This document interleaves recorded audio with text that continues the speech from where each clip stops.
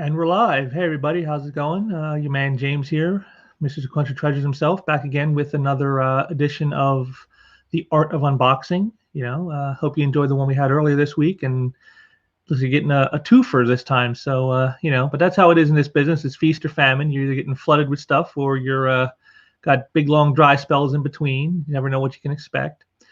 Anyway, today's will be coming from us courtesy of Mike Harris. He's the one who sent the stuff today, and right here, you can see it's a really big box, really big.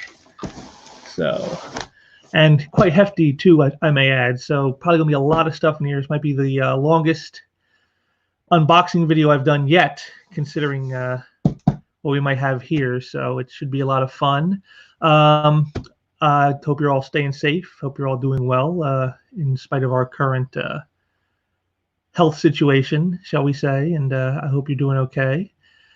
So we'll get right to it here. We'll get our trusty box cutter. Remember, kids, do not try this at home without your parents' permission.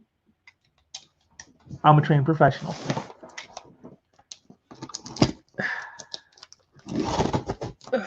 Okay.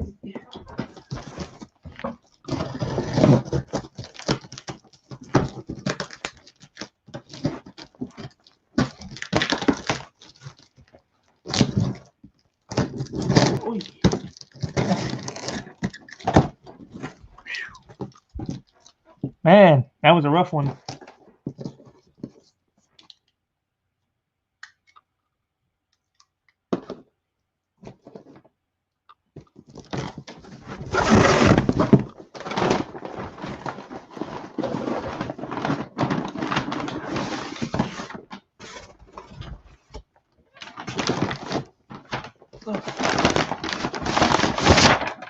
Woo! That was a package and a half. Man, let me tell you. Woo! All right. And let's see. First up, what do we got? Oh, I see. Got some autographed comics. I had sent them a while back. Got the All-Star Squadron. Another.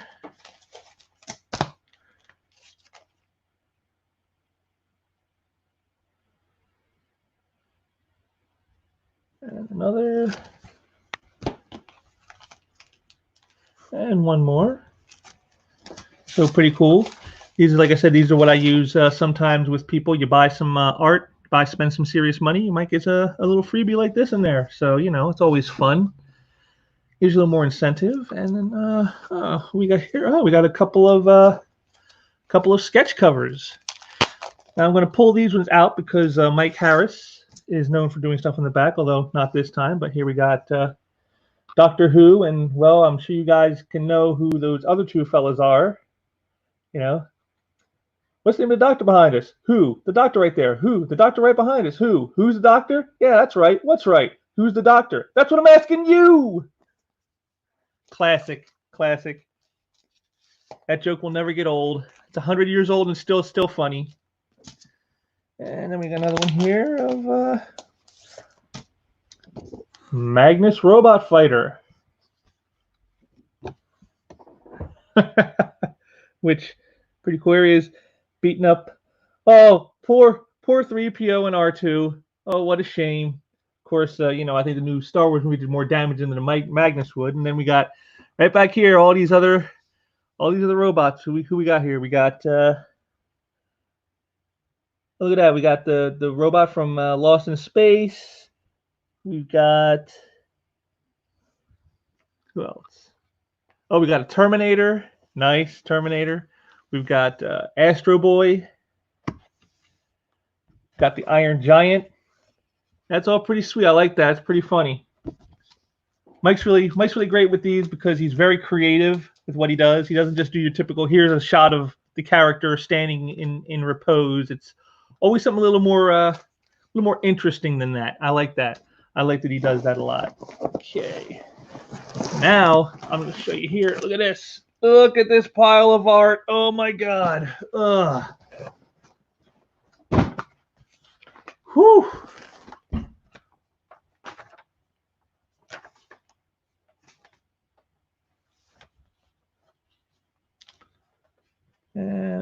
Okay, well, here we got from the Punisher Summer Special #1, a story called Independence Day. I remember this one. I remember it because it was nearly a silent issue. And got lots of overlays on this for special effects like, you know, the fireworks. And let's see here. You see, it was pretty much almost an entirely silent issue. So that's pretty cool. And let's see what else we got. Oh, my word. So much.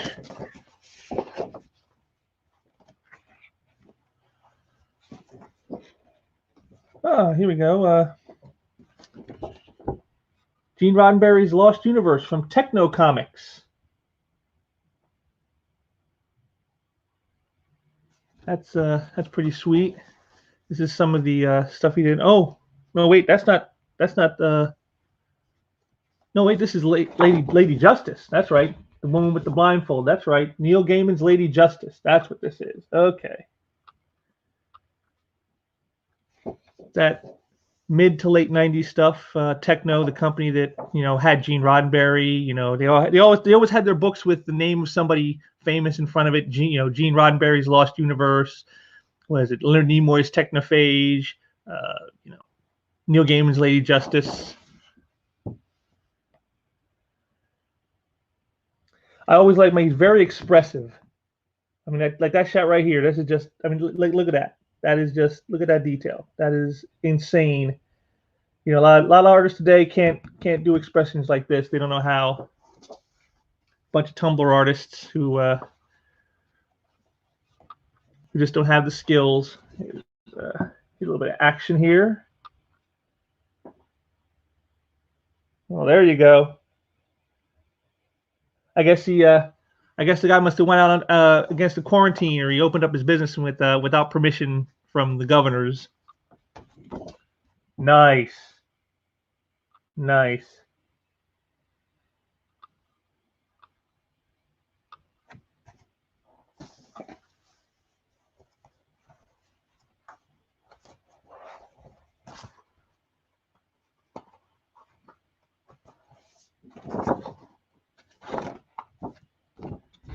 Yeah, they're sticking together.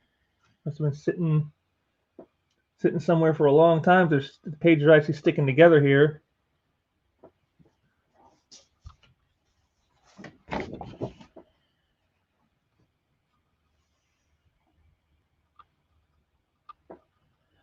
Yeah, you can see how the mid to late '90s, when they started removing dialogue, it kind of hurt books a lot, I think, because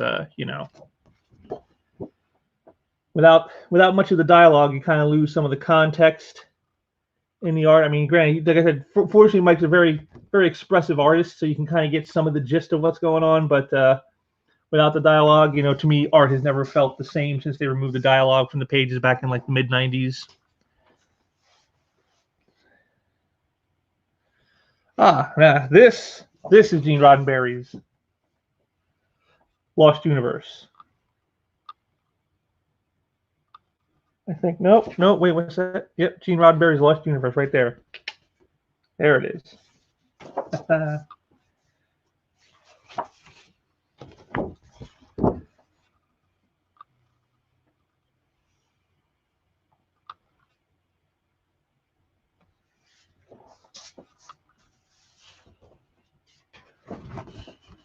Some of the more interesting stuff. There you go, with some aliens, I guess.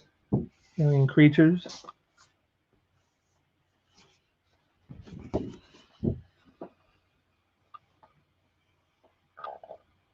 And here's another one.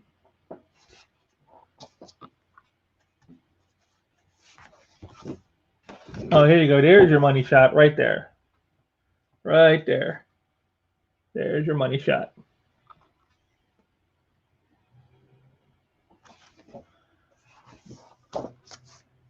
Who doesn't love Babes on Dinosaurs?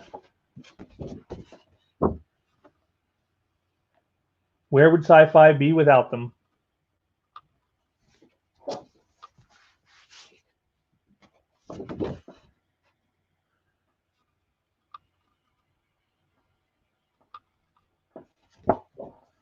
And oh, another one. Oh wait, this here's a biggie. This one, uh-oh.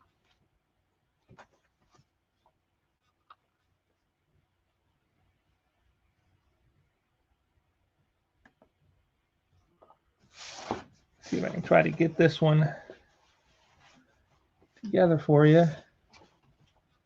I have to hold this one back because this is a double-page splash. So be prepared, folks. Right there. I think that's got it. Look at that. Tons of spaceships. You can believe this is Gene Roddenberry. It's almost like something out of Star Trek when you have all the Starfleet ships. I mean, something out of DS9, some of those episodes when they were fighting the Dominion. And some more.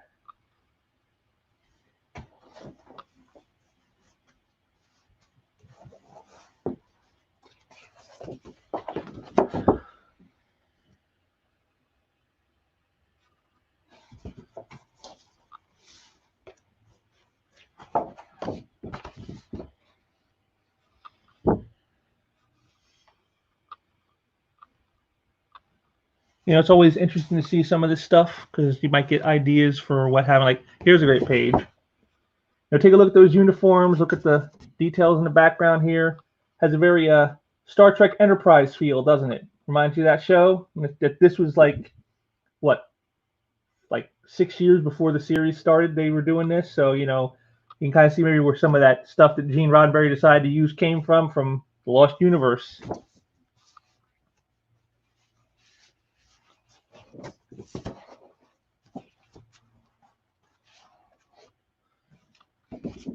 And another.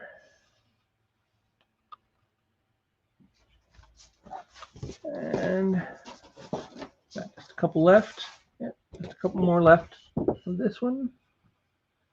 More space action.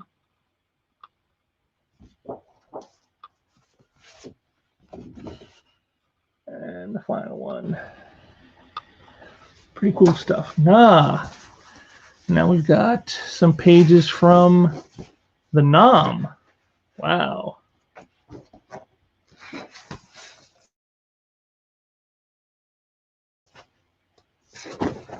Okay, let's get all those together.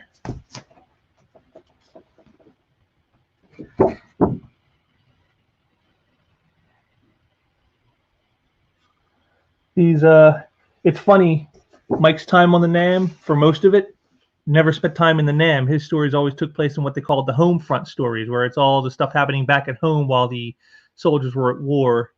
It's kind of funny, especially when you consider Mike Harris himself is a veteran. He's a military man himself, and so, you know, the fact they had him drawing non-military and drawing the home front, I just think it's kind of funny how that worked out that way.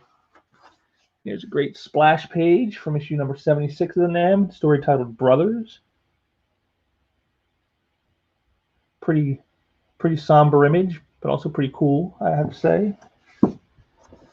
I like that, again, like I said, here they got the dialogue back on the pages. And it makes all the difference.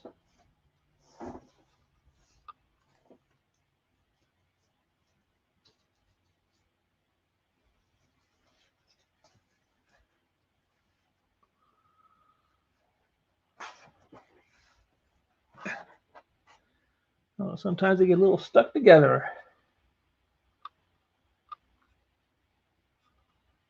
More cool stuff. Oh, that's what it's called, Stateside. Here we go. This one's from number 74. You can see right here the title page, Stateside. You know, all Mike's stuff, they took place back in the States. They didn't let the military man draw the military scenes. That's kind of funny. You know, very ironic. And that's a great shot right here. Excellent shot.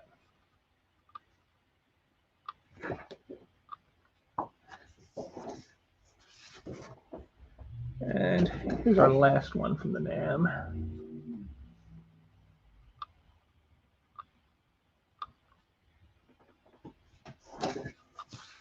And then what we got here.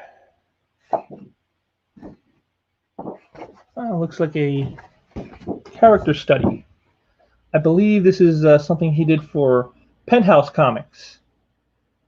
Yeah, sorry to disappoint those folks that there's no nudity in this one, but you know, it's a character study, so you know.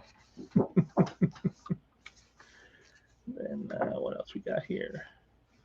Oh, another page from his the one shot in Dragon Strike at Marvel with those TSR games. This one's got an overlay on it for some reason. Just for this little gleam. That's hilarious.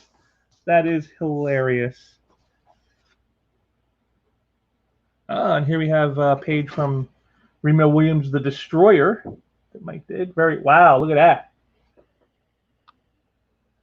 Very bloody, very violent. Wow.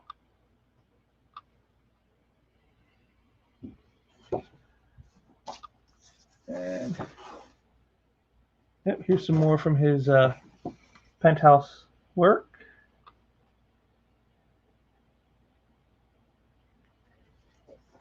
And another.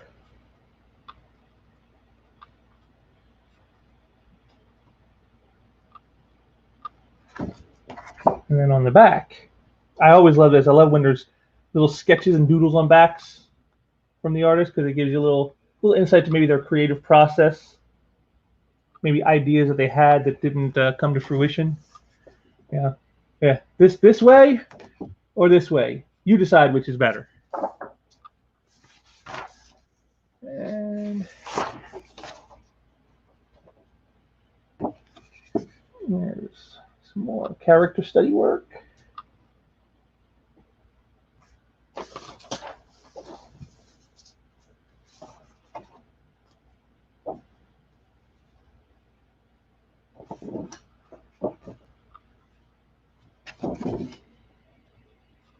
That's pretty sweet right there.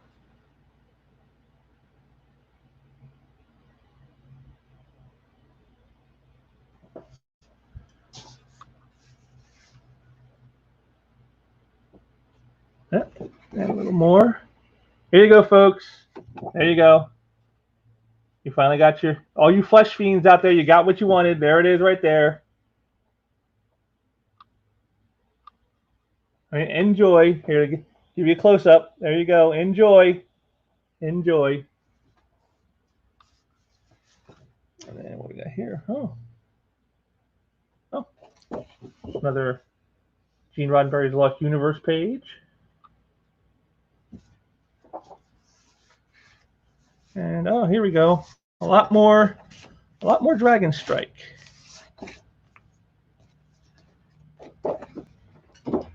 So far we got a little bit of everything out of Mike Harris here. We got some sci-fi, we got some war, and now you got like high fantasy with mystical creatures and things of that nature. And he's a very versatile artist. You know, he's done a lot of different genres. He's not a guy you can like pigeonhole. He does just this one thing. You know, he's always expanding his repertoire of what he does. Give you lots of different takes on lots of different genres. You know, not something you see a lot of artists today that do. They kind of tend to focus on one thing and then stick with that, and that's their preferred method. You know, they don't want to expand themselves much beyond what they can already know how to do. But you know, then you got guys like Mike Harris who, you know, always stretching themselves artistically. You know, and you got like this right here, the red line, which of course in print you don't see a red line; it's erased. I like I like that little things they did back in the day before we had the technology that we have now to do things. And oh, what do you got here? Oh, another Destroyer page.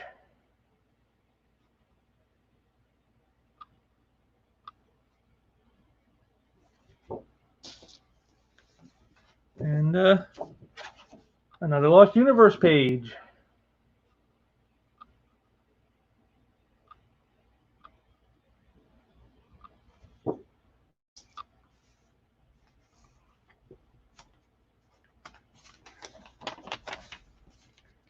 Oh, there we go.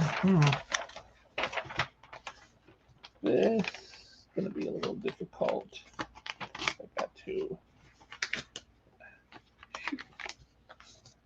Got to be very careful with this one.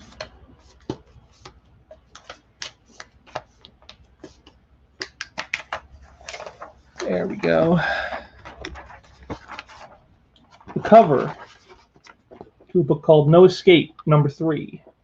This is the cover to a movie adaptation of the same name, featuring Ray Liotta in the.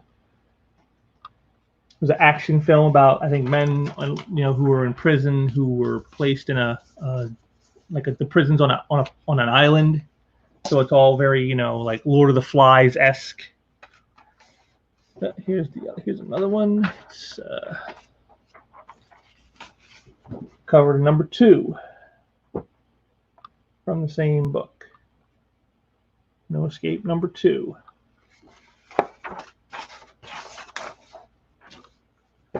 Yeah, it's you probably kind of wonder about that, going, so, well, what did they make that for? That movie didn't really do much. Well, that's how they used to do it back in the day. They used to do those adaptations, but usually it was for films they figured were going to make money. Like, they did Star Wars, of course. You got Indiana Jones. You got Jaws. They kind of did it for the movies they kind of felt were going to be popular, and that's what and Mike told me. He said told me because we talked about this once, and he said that they were expecting it to be a major hit, but it just didn't quite turn out that way. It just didn't end up being like that. And some more Destroyer pages, this time with Remo Williams actually on them.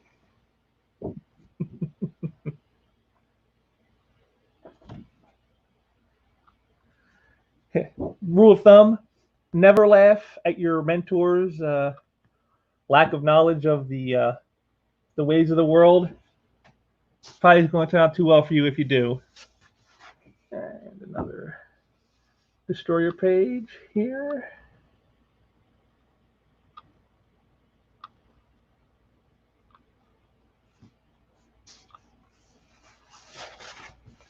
And another.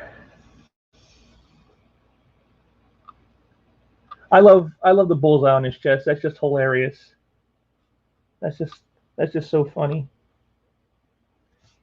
Considering what the character is about, it's a very nice humorous touch. And again, the kind of thing they don't really do in comics anymore. They don't know how to laugh at themselves and have fun. It's all so serious.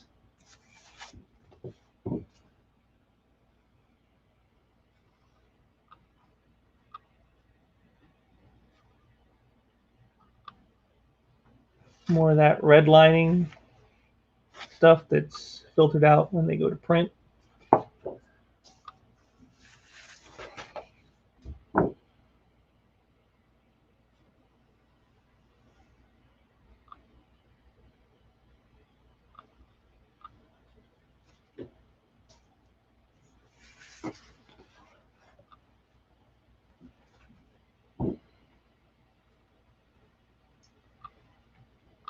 Now, I don't know about you, but if I walked in a room and saw someone hovering in the air like that'd be along the lines of trying to probably freak me out just a little bit. And I think this is our last Destroyer page.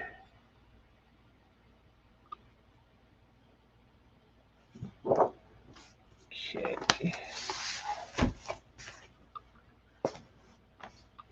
Oh, here we go. Now, this one is something that I just recently read, and I really liked it. It was really well done. It's a book called Cops: The Job. You know, it's sort of a cross between Hill Street Blues meets Adam 12 with a touch of uh,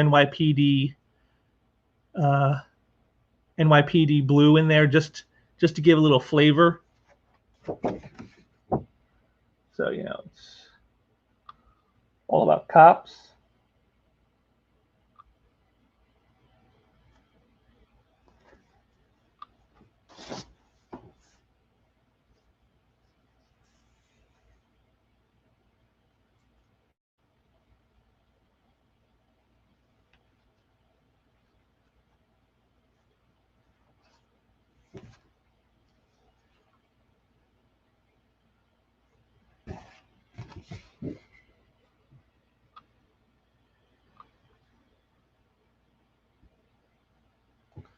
Nice little scene there.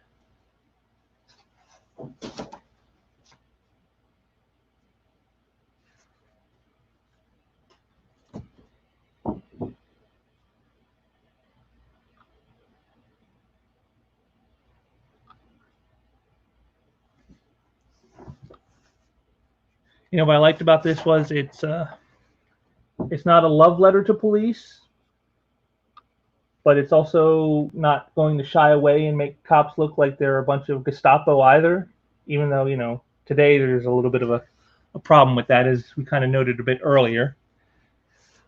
This is more like real talk. This is what cops deal with. This is what they do. This is how their day always goes. That was a good thing about this. It kind of played it straight, you know, in a way you don't see them doing today. You know, today this would be hyper politicalized and made to seem like, you know, whatever the politics of the creator are would be completely in your face here. But these creators, they didn't do that. They wanted to play it straight and say, this is how it is. This is how it's done. This is what it's like. You know, the good, the bad, and the ugly all the way around.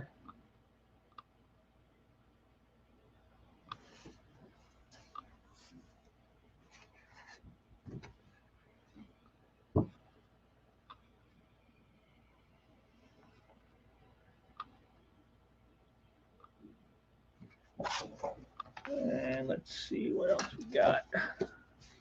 Oh, another Destroyer page. Just when you think they're done.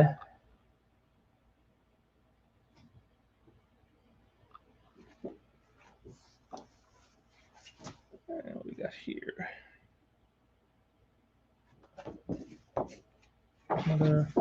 This is another Lost Universe page. Nice splash page, a little zero-G action. And another Destroyer page. So here's like a thing. This right here is something that you know, like today's art couldn't like. But look at the way they get the perspective in there. You know, to get those seat rows. You know, they don't really pay much attention to stuff like that today in comics. You know, they don't know how to do that. Ah, here we go. There now we're gonna and we got another from the page from the Punisher's Summer Special #1. Another page right there from the Independence Day story. Again, an odd thing about that story, not only was it mostly dialogueless with almost no dialogue, but you also had almost no Punisher in the story. That's kind of the funny part. It's a Punisher story with almost no Punisher. But speaking of which, here we are. Page from Punisher Warzone #11. Punisher facing off against a bunch of assassins out to kill him for kidnapping Rosalind Carbone. Okay, see, there she is right there. He's using her as bait to draw him out. You know, which is pretty typical for our man Frank. It's kind of what he does.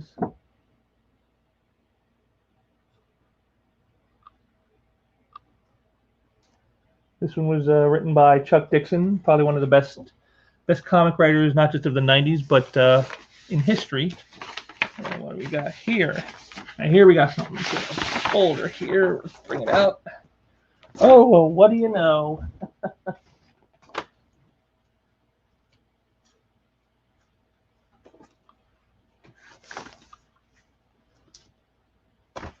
Wow, it's a whole bunch, a whole bunch of Cops job. This is the first page, but it's all stat work. Must have been some corrections done somewhere, so they put it all in the stat because, as you see right here,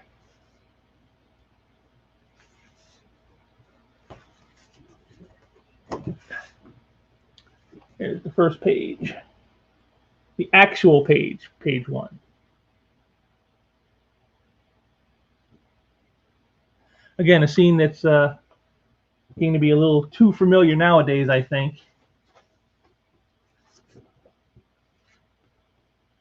And then we got here is some corrective stats, some corrective panels here.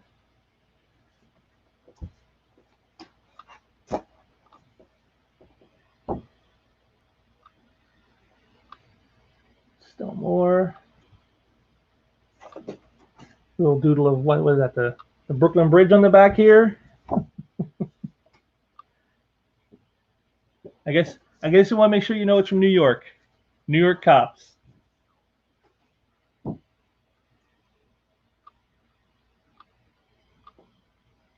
This is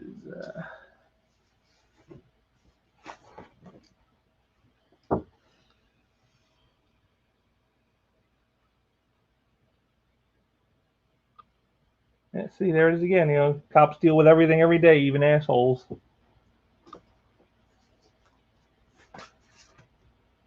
And here's another one. Looks like corrective panel images.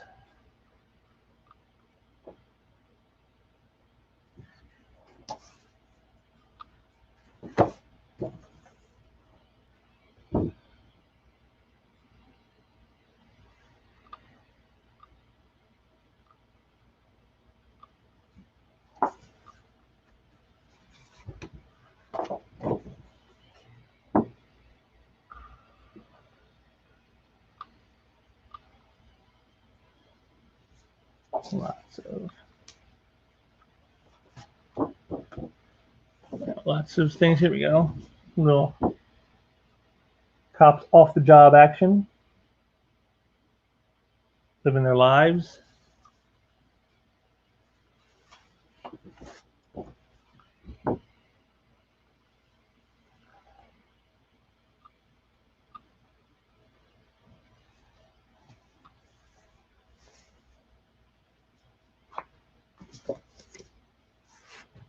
And,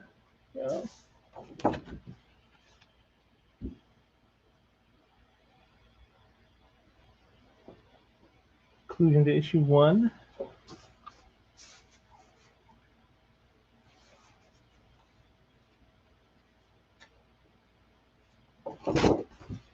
And we got number 2 with what I can only describe as some craziness on the back. I'm not sure what all that's about. I'm sure there's a story behind all that. And some more from issue number 2.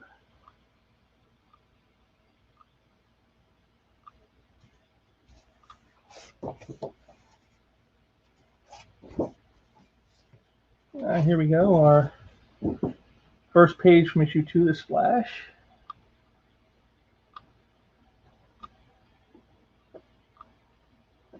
And again, once again, the kind of action you want to see, there it is right there.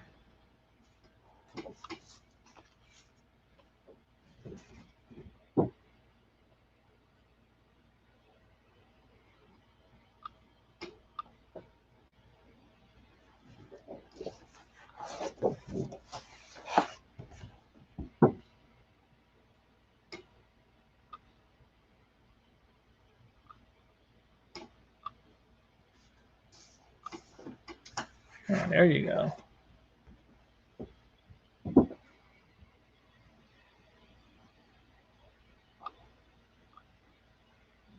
That's pretty sweet right there. That final image right there at the bottom.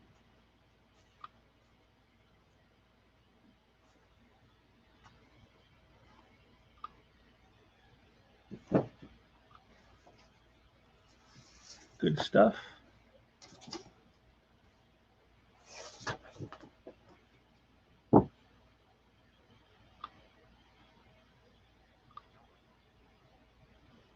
Yeah, once again, that expressiveness.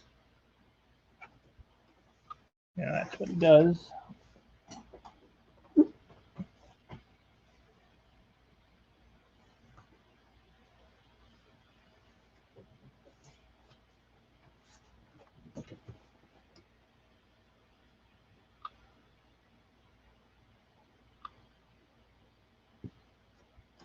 And oh, here you go.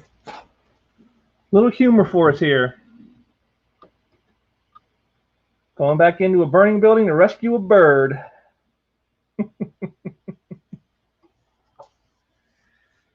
I love that.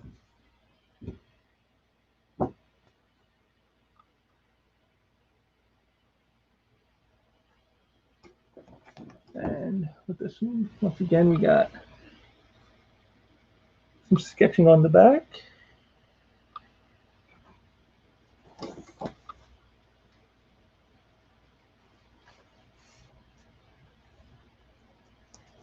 And then we got here. Oh, now we're on to issue number 4.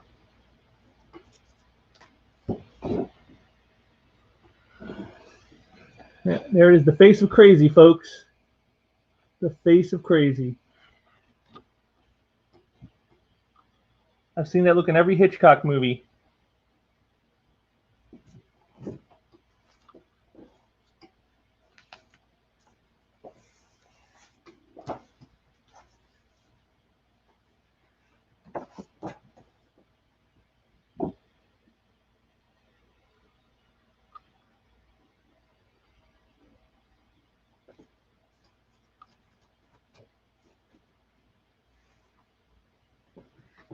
And let's see.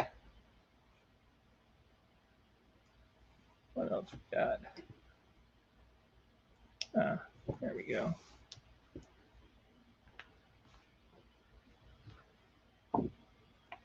Oh, that tends to happen with older stuff, folks. That glue they use to hold the stuff on makes it fall off when it dries out.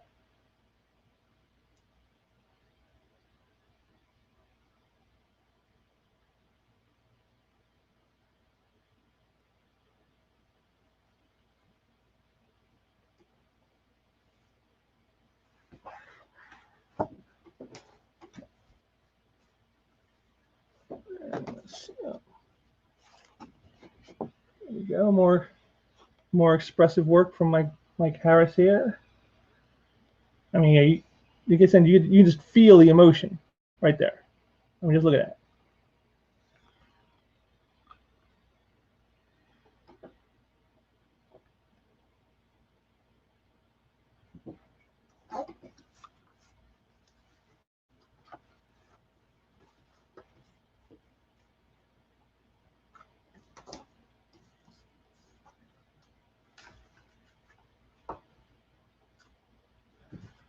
This one's going to get the PETA crowd upset.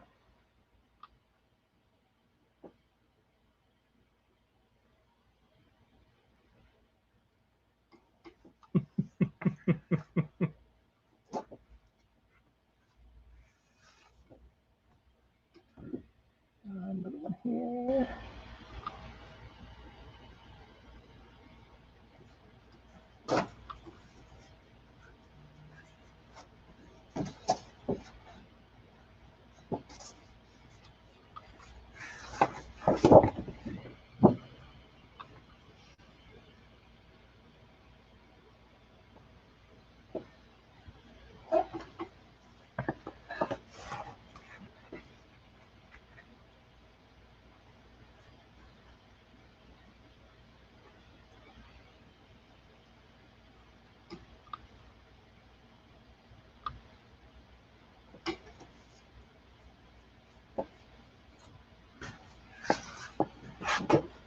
Here's one that every guy is going to feel as soon as you see it. Again, look at the expression. Look at that expressiveness.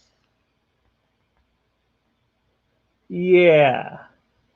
Yeah. That's not cricket. No. No, no, no. You don't do that. Don't do that, ladies. No, no. And here's splash page from issue number 3.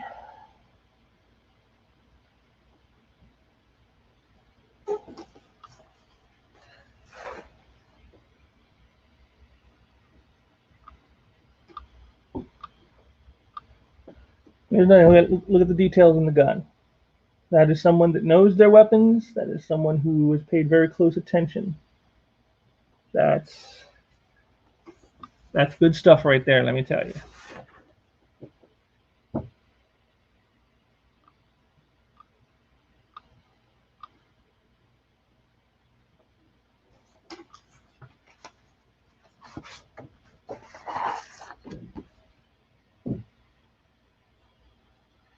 And we get to end it the way it should end.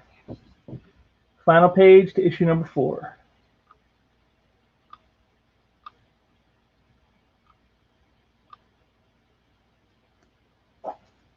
And that's all of it, folks. That's everything. So, gotta say that was a lot of stuff to go through, wasn't it? But as you can see there, Mike Harris, you know, he's got the skills, like I said, and he's a veteran. So every time you buy some of his stuff, you know, you're not just helping a comic book artist, you're also showing some appreciation to those who've helped put their lives on the line for us all. Mike's done he did 2 tours in Iraq, in fact. So, you know, he's very familiar with what goes on. So that's about it, I guess. So I'll try to get some of that scanned up and get some of it ready for the Comic Art Fans virtual Comic Art Con this not this weekend, but next weekend. And so you'll see some of that up there, and then over time I'll just be slowly posting more of this stuff up. So keep eyes out. You got the links down there in the description to the art gallery, so you can see all the art that's available right now. Also, make sure to click the link there. Follow me on Twitter, so you can always get updates on when new stuff comes in, when new stuff's available, and, you know, priced up and posted, and all the other kind of cool stuff that's going on with the artist and I. And going to take a minute here and say, you know, make sure to hit the subscribe button. You know, smash that like button too. Let people know that, you know, if you like what you see here, drop me a note in the comments. And if you thought there was something else you wanted to see, let me know in the comments, because, you know, I'm always interested in hearing what people got to say. Can't make this ride any more better for everyone if I don't know what people are thinking. So I'll always want to hear your thoughts. Give them to me down there below. And I guess that'll about do it for this this jaunt. I hope you saw some cool stuff there, some sweet art. You know, it's always what I'm trying to bring to you here. And so until next time, when I have more art to show, I will see you all later. Take care.